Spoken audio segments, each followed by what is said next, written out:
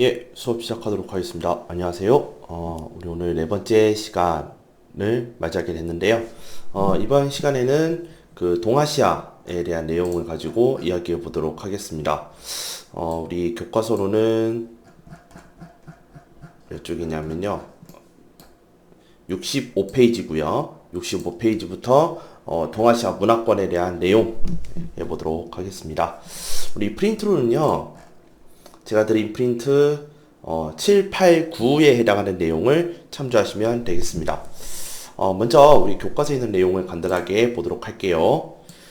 이번 동아시아 문화권에서는 일부지만 우리나라 역사에 대한 내용이 조금 나와 있고요. 그 다음에 일본의 역사, 그 다음에 동아시아 문화권이 가지고 있는 공통적인 요소 4가지가 나옵니다.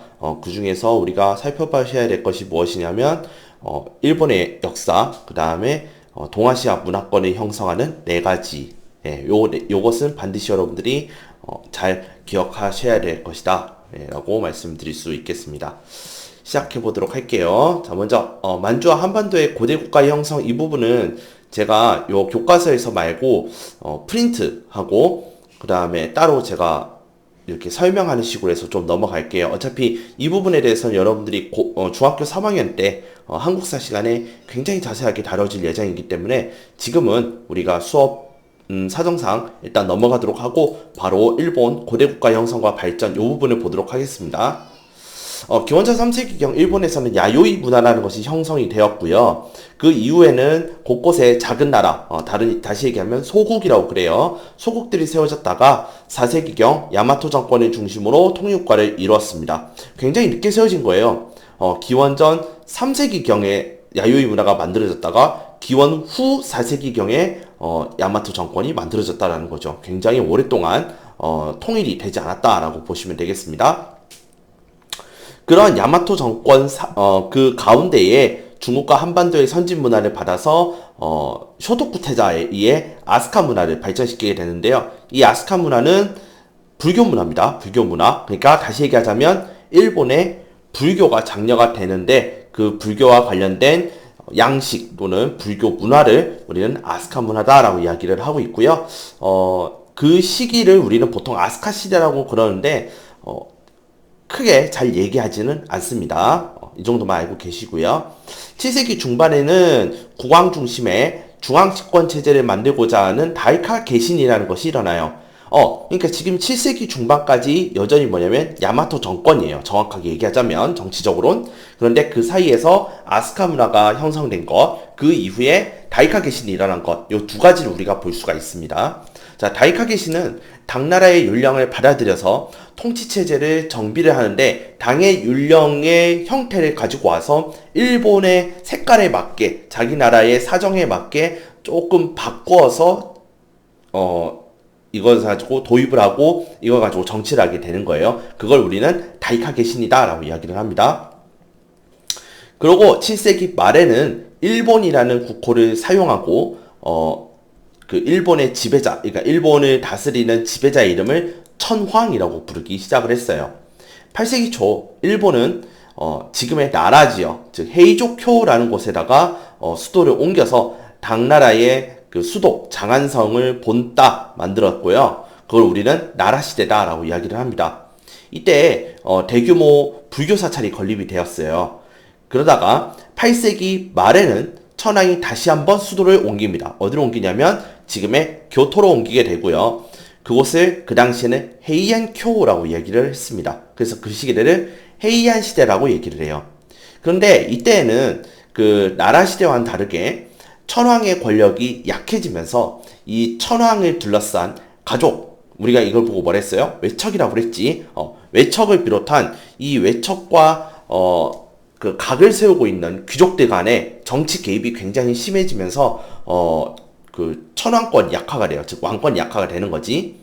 여기 제가 이렇게 썼는데 요건 그냥 참조만 하세요. 요건 여러분들이 고등학교 때 가서 좀 더 자세하게 배울 내용이기 때문에 요 정도만 여러분들이 어디다 적어 놓으시면 어디 가셔서 역사는 정말 잘 배웠구나 이제 이런 소리는 들으실 것 같아요.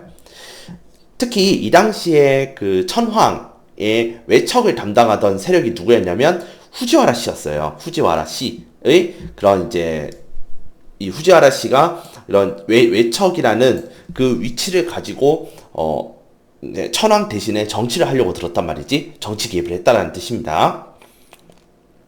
그런 가운데에서 이러한 지배층 가운데서의 갈등으로 인해서 지방이 혼란해지면서 이 지방에 있는 사람들이 싸움을 잘하는 사람들을 고용하기에 이르러요. 그 무사를 우리는 일본어로 사무라이라고 얘기를 합니다. 이 사무라이들을 고용을 하고 이 사무라이들이 소위 말해서 세력이라는 것을 형성하기 시작하면서 우리 훗날에 막부라는 개념이 등장하는데 이 막부의 핵심 세력으로 등장하게 되는 거죠.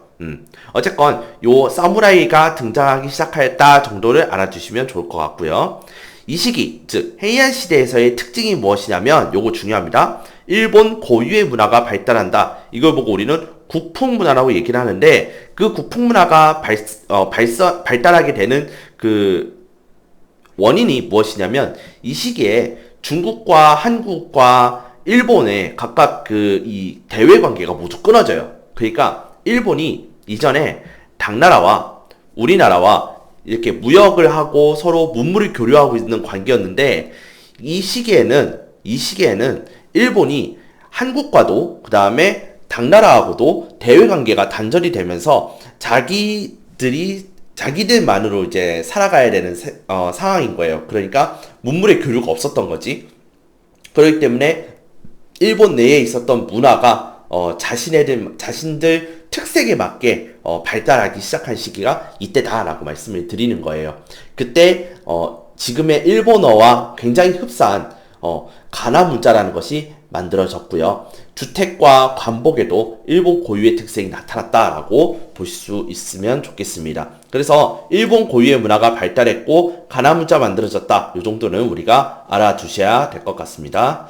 자, 그다음 동아시아 문화권 형성인데요. 요거는 제가 괄호를 많이 쳐놨는데요. 요거는 여러분들이 괄호 쳐놓은 내용을 한 번쯤은 읽어는 보시고요. 외우지는 마시고 이런 내용들이 있구나라는 정도는 알고 계시되 여기 나와 있는 한자, 율령, 유교, 불교 요 네 가지는 굉장히 중요하니까 요거는 반드시 여러분들이 외워두셔야 되고요.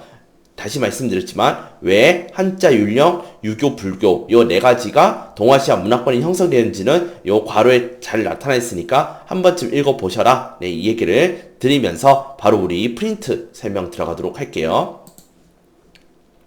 자, 제가 프린트 설명을 하면서 제가 그림판 사용하시는 거 잘 알고 계시죠? 제가 이번에도 어김없이 그림판을 제가 좀 만들어 봤는데요. 우리 이번 그림판 같은 경우에는 어떤 식으로 되어 있냐면, 중국의 왕조 순서와 한국의 왕조 순서, 그 다음에 일본의 시대 변화, 네, 요것을 하나로 제가 좀 만들어 봤어요. 그래서, 한눈에 여러분들이 보실 수 있도록 제가 좀 만들어 봤는데, 어떨지는 모르겠고요. 좀 학습에 도움이 많이 되셨으면 좋겠어요. 저도 요거 가지고 이야기를 많이 하도록 할게요. 자, 먼저, 우리나라에 대한 이야기를 간단하게 제가, 설명을 할게요. 자, 고조선이 있었던 시기에는 중국이 하나라와 상나라, 그러니까 문명의 시기였을 때예요. 중국 문명의 시기였을 때 우리나라도 그 시기와 크게 다르지 않은 시기에 만들어졌어요. 기원전 2333년에 만들어지고요. 이 고조선에 대한 내용도 우리가 중학교 3학년 때 굉장히 자세하게 다뤄질 거니까 요런 단군 왕검에 대한 내용, 그 다음에 우리 단군 신화라고 알려진 요 내용, 이런 것들을 중학교 3학년 때 배운다 정도로만 기억하시면 좋을 것 같습니다. 고조선이라는 이 나라는요, 청동기 문명, 즉 청동기 국가로 만들어져서 중간에 철기 문명으로 진입을 하고요. 한 무제 때 한반도를 정복을 한다고 그랬잖아. 그때 멸망을 당하고 한 사군으로 쪼개지게 됩니다. 그러고 나서 지금의 삼국시대의 원류시대, 즉 초기 철기시대라는 것이 만들어지는데요. 이 초기 철기시대 때 그 고주몽 이런 사람들이 등장해서 고구려를 건국을 한다든지, 또는 박혁거세라는 사람이 등장해서 신라를 만든다든지, 그러니까 이 당시에 신라가 아니라 사로국이었지, 사로국을 만든다든지, 또는 온조와 비류 형제가 그 고구려에서 이탈을 해서 지금의 미초올 또는 위례성이라고 얘기하는 하남 위례성이라고 얘기하는 그 지역에다가 십제란 나라를 만들고 훗날 백제로 성장하는 이제 그런 나라들이 등장하는 시기가 초기 철기 시대고요. 그 나라들이 그 주변 지역을 통합을 하면서 나타난 시대가 삼국시대입니다. 그래서 중국이 삼국시대, 그러니까 한나라 지나가고 나서 위진남북조, 그러니까 위와 초나라와 오나라가 서로 경쟁하던 그 시기에 우리나라도 초기철기 시대를, 그런 초기철기 시대라는 혼란기를 거쳐오게 되었고, 그러고 나서 위진남북조 시대에는 삼국시대, 그러니까 고구려, 백제, 신라, 가야 요 네 가지의 나라가 서로 경쟁하던 그 시기에 접어들게 되는 거죠. 그러다가 우리가 당나라까지 했잖아요. 그쵸? 당나라 시기 때 당 고조에 의해서 신라와 동맹을 맺게 되고, 이 신라는 당나라라는 어마어마한 강력한 동맹군을 이끌고 삼국을 통일하게 이르릅니다. 그때를 우리는 통일신라다라고 이야기를 해요. 근데 우리 책에는 어디까지 나오냐면 남북국 시대라는 말이 나오는데, 남북국 시대는 통일신라 위에 그냥 북쪽 지역에, 그러니까 지금의 만주와 연해주 지역에 거기에 새로운 나라가 만들어지는데 그 나라 이름이 발해라는 나라가 있어요. 그 나라와 통일신라가 서로 병존하던 같이 있던 시기를 우리는 남북국 시대라고 얘기를 합니다. 요거는 참조하시면 돼요. 요 내용은 참조하시고요. 이제 우리 본격적으로 일본에 대해서 설명하도록 할게요. 자, 야유이 시대는요. 야유이 시대는 이전에 있었던 뭐 조문 문화라든가 이런 것들 이후에 등장하던 문화로서 일본에도 구석기 신석기 시대가 있었고요. 그러다가 이 야요이 문화가 만들어지면서 이들이 우리나라, 그러니까 한반도와 중국으로부터 선진 기술들을 받아들이기 시작을 해요. 이때부터 이들이 벼농사를 실시하고 청동기, 철기가 거의 연달아서 들어오기 시작을 합니다. 그러니까 우리는 청동기를 거치고 어느 정도 시간이 지나고 나서 철기로 접어든 반면에 일본 같은 경우에는 자신들이 한반도로부터 문물을 수용을 했기 때문에 이 수용하는 그 과정에서 청동기와 철기가 거의 엇비슷하게 들어옵니다. 아시겠죠? 그렇게 해서 이들이 좀 그렇게 받아들이기 시작을 했다. 그리고 벼농사가 실시가 되었다. 그러고 나서 야유이 시대가 만들어지고 나서 그 이후, 그러니까 200년 이후에 100여 개의 소국으로 나뉘어져 있는데, 이 100여 개의 소국이 누구하고 교류를 했다는 기록이 있느냐면 요 삼국시대의 위나라하고 일본의 소국이랑 이렇게 교류했다는 그런 기록이 있는데, 그냥 이런 게 있다 정도만 알고 넘어가시면 됩니다.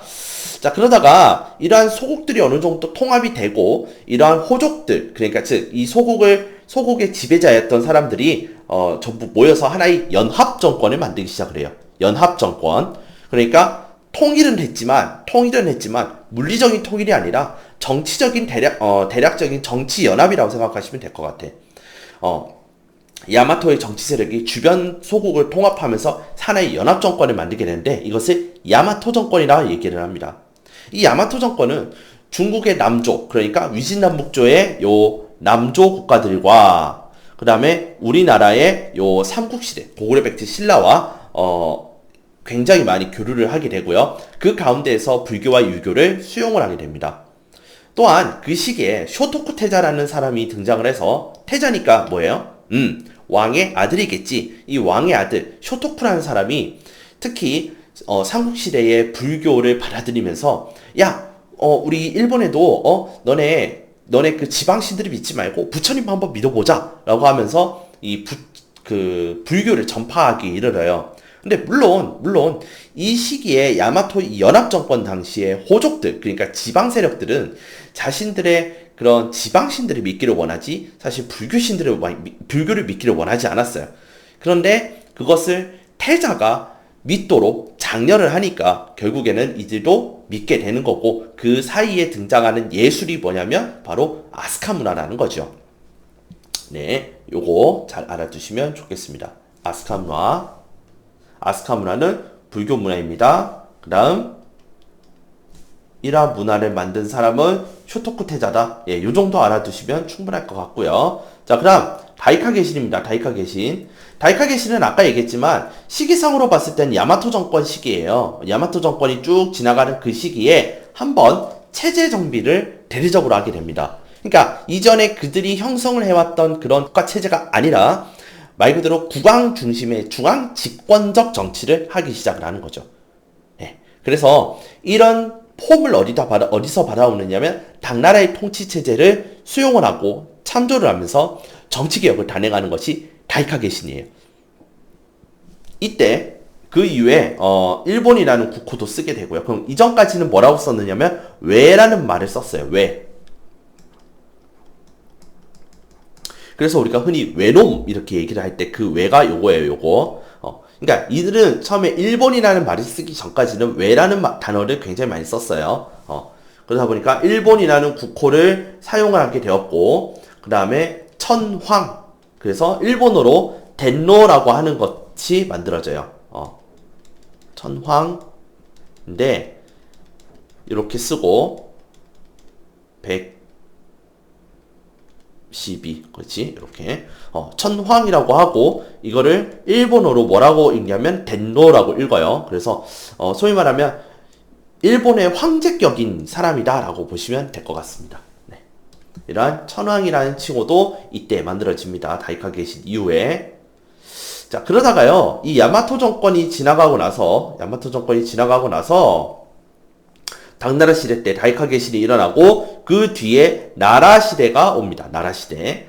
이 아까 나라라고 하는 이 지역은 수업 시간에 사실 다른 반한테 얘기를 했는데, 자, 이렇게, 제가 똥을 그린 줄은, 약간 느낌이 똥인데, 미안해요. 네. 자, 이렇게. 이게 일본의 혼슈입니다. 혼슈. 그 다음에 여기가 이제 그 끝단이고요. 그 다음에 이렇게 섬이 이렇게 세 개가 있어. 여기에 큐슈, 그 다음에 혼슈, 여기에 시코쿠인가 그래요.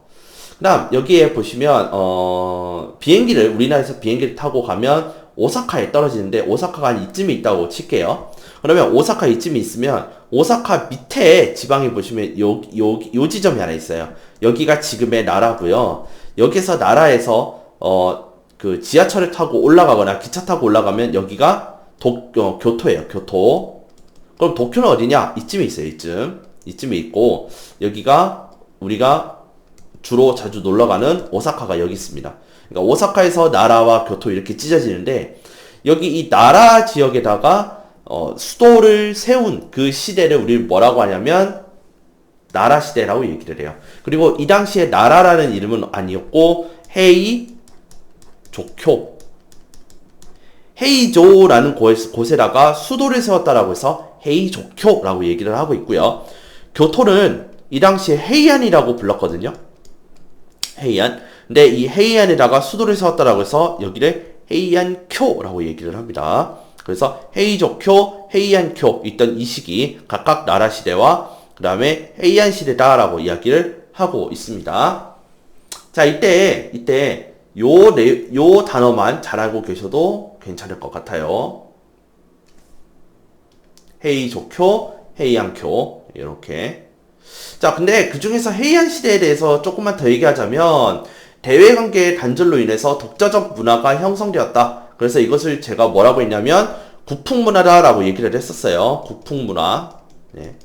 저거는 두시고요. 국풍문화라는 단어는 굳이 외우지 않으셔도 상관이 없을 것 같습니다. 그 다음 그들의 문자인 가나 문자라는 것이 만들어지고 자, 문자가 만들어졌으니까 요 문자를 가지고 책을 만들겠죠. 그쵸? 가나 문학 이런 게 발달을 하고요. 그 다음에 뭐 자신들의 그런 또 노래를 할 거 아닙니까? 사람이니까 예술 활동할 거 아니에요. 그래서 그 노래를 와카라고 하는데 네, 이런 게 있다 정도만 알아두시고요. 가나 문자 정도만 기억해 주시고요. 요거 독자적 문화 요거 기억해 주시고 헤이안쿄 요거 여러분들이 외워주시면 되겠습니다. 이게 지금까지 그 일본에 대한 내용이었고요. 우리나라에 대한 내용은 다시 말씀드리지만 이거는 여러분들 중3 때 한국사 때 자세히 다뤄질 내용이니까 이 정도로만 여러분들 학습을 하시면 좋을 것 같습니다. 자, 그럼 좀 더 내려가서 이제 동아시아 문화권 형성인데요. 아까 제가 읽어보라는 내용 있잖아요. 예, 그 부분 간단하게만 제가 설명을 해줄 텐데 일단 1번에 들어가는 내용 여기 윤령, 유교, 불교. 요 네 가지는 다시 말씀드리지만 암기가 돼야 됩니다. 암기. 예, 요 네 가지는 무조건 외워야 돼요. 자, 동아시아 문화권 형성의 한자가 가지는 역할은 어땠냐면 중국에서 만들어지는 이 문자가 한국, 중국, 한국, 일본, 베트남으로 넘어가면서 각각 변형이 일어나요. 우리나라 같은 경우에는 설총이라는 사람이 이두라는 문자를 만들게 되고요. 그 다음에 일본은 가나 문자, 베트남은 쯔노 문자 형성에 영향을 주는 것이 바로 한자이고요. 그 다음 율령 보실게요. 율령이라고 하는 것은 우리식으로 얘기하자면 법이에요. 법. 그러니까 이러한 법을 완성한 것은 당나라고요. 이 당나라에 만들어진 이 법이 동아시아 각각의 나라들로 영향을 미치게 되는데 우리나라 역시 이 삼국시대 때 그 고구려 백제 신라가 성장하게 된 이유 중에 하나가 무엇이냐면 율령을 수용했기 때문이라고 나와 있어요. 그래서 이러한 율령이라고 하는 것은 그 나라를 강성하게 만드는 데에 기초 작업이라고 보실 수 있겠습니다. 네. 요거 참조하시고요. 유교는 불교하고 거의 비슷한 시기에 들어오는데요. 사실 유교가 들어올 때는 어떤 방식으로 들어오냐면 이거 유교책이야 읽어봐 라고 들어온 게 아니라 중국의 문자인 한자를 공부하기 위해서 여러 가지 책을 사는 과정에 유교 그 사상이 담긴 서적이 들어오면서 유교가 퍼지기 시작을 해요. 그러니까 이게 유교인 줄 알고 들어오는 것이 아니라 이게 한자를 학습시키고 한자를 보급시키는 과정에서 들어온 게 유교예요. 어쨌건 이거 이해하시면 좋을 것 같고 근데 읽어보니까 참 내용이 좋거든요. 그래서 이 내용을 가지고 그럼 이걸 가지고 우리가 정치에 좀 써먹어야 되겠다. 정치 이념화. 그 다음 유교의 가르침대로 살아라 사회규범으로 작용을 하기에 이르러요. 심지어서는 일부 지역 같은 곳에는 공자를 모시는 위패, 즉 문묘라는 것을 설치해서 여기에서 공자에게 제사를 지내고 그 유교 경전을 심취해서 공부하는 이제 그런 모습들도 간혹 나타나는데요. 그게 보통 삼국시대 신라 때 거기에서 임신서기석이라는 그런 이제 그 문화재가 있어요. 거기에 우리 열심히 유교 경전 공부하자. 그래서 대박 쳐서 훌륭한 사람이 되자. 이제 이러한 내용들이 있거든요. 참조하시면 좋을 것 같고요. 그러나 불교 같은 경우에는 우리 중국 그 왕조할 때 얘기했어요. 삼국시대 때, 후한 때 어디에서 인도에서 중국으로 건너올 때 사용한 길이 비단길이죠. 그치? 비단길을 통해서 불교가 들어오고요. 그 다음에 이 불교가 우리나라에 전파가 돼요. 그때 삼국시대 때 고구려, 백제 들어오고 그 다음에 고구려의 영향을 받아서 신라가 이 불교를 수용하게 되거든요. 그렇게 해서 삼국의 모든 나라들이 전부 다 불교와 율령과 그 다음에 한자, 유교 전부 다 받아들이게 돼요. 그러면서 이 삼국시대 때 있었던 나라들이 전반적으로 정치체제가 확립이 되고 그 이후에 강성해지는 그런 시기들을 맞이하게 되는 거죠. 그때 이 불교도 한 역할을 하는데 이 불교를 왜 지지했냐면 임금, 즉 왕을 부처라고 이야기를 했어요. 어디서 많이 들어본 것 같지 않습니까? 그죠? 우리 위진남북조 때도 그런 말을 했잖아. 왕실이 불교를 지원하는 데는 무엇에 있다고? 사회 통합의 그런 목적이 있고 그 다음에 민심 안정의 그 목적이 있다고. 마찬가지예요. 삼국시대 때의 그 왕들도 자신의 그 이런 불교식 칭호를 쓴다든지 또는 불교를 전파하는 데 있어서 그런 이유가 무엇에 있냐면 사회 통합에 있었고 그 다음에 민심을 안정시키기 위해서 불교로 전부 다 믿도록 하는 이제 그러한 방식들을 채용했다라는 거죠.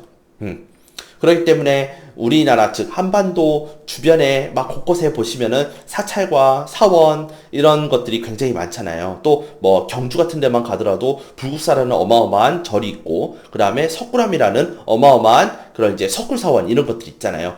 그런 것들이 다 뭐냐면 불교를 진흥하고자 했다라는 것을 이야기하고 있습니다. 그래서 우리나라에서 꽃피운 이러한 불교 예술을 일본에 전파하면서 일본에는 아스카 문화 형성에 큰 영향을 주었다라고까지 여러분들이 학습하시면 아주 완벽할 것 같아요. 근데 우리가 이렇게까지 제가 뭐 이제 바라는 것은 아니지만 그래도 우리가 지금 방금까지 얘기했던 한자, 율령, 유교, 불교 요 네 가지는 반드시 외우셔야 되겠다. 아시겠죠? 요 부분 꼭 학습하셨으면 좋겠고요. 그 다음에 이제 우리가 다음 시간에 우리가 봐야 될 내용이 이슬람교인데요. 이슬람교에 대해서 간단하게 제가 또 만들면서 또 설명을 드리자면, 자, 우리 이슬람교가 발생하는데, 이 이슬람교를 만든 사람이 누구냐면 무함마드예요. 무함마드. 근데 이 무함마드가 이슬람교를 만들고 나서 이슬람 공동체를 만들기 시작을 해요. 이슬람 공동체. 그러고 나서 무함마드가 죽어요. 무함마드가 죽고 나서 무함마드의 뒤를 이은 그런 이제 종교의 지배자를 우리는 무엇이라 부르냐면 칼리프라고 얘기를 해요. 칼리프. 그래서 이 칼리프가 다스리는 그 이슬람 공동체, 그 시기를 우리 무엇이냐면 정통 칼리프 시대다라고 이야기를 하고 있어요. 그런데 이 정통 칼리프들이 몇 명이냐면 4명밖에 없어요. 4명.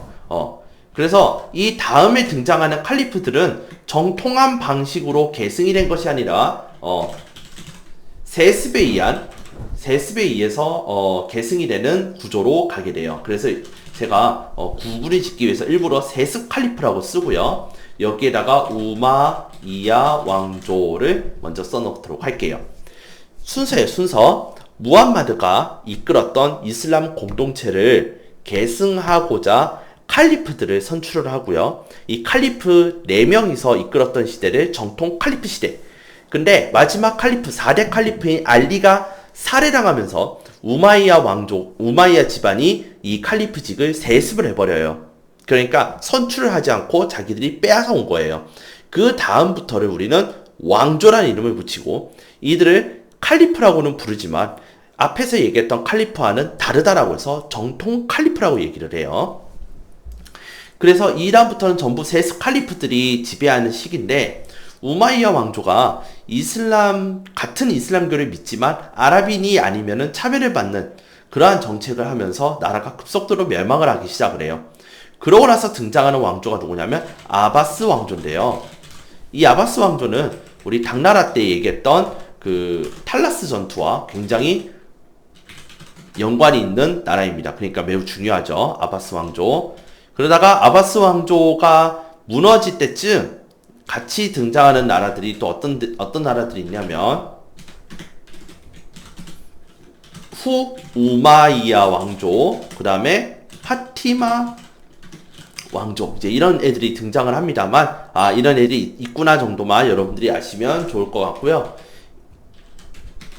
어쨌건 이러한 우마이야 왕조, 파티마 왕조, 그 다음에 아바스 왕조, 이렇게 분열된 상황에서 어떤 애들이 들이닥치냐면 몽골이 침략을 해요.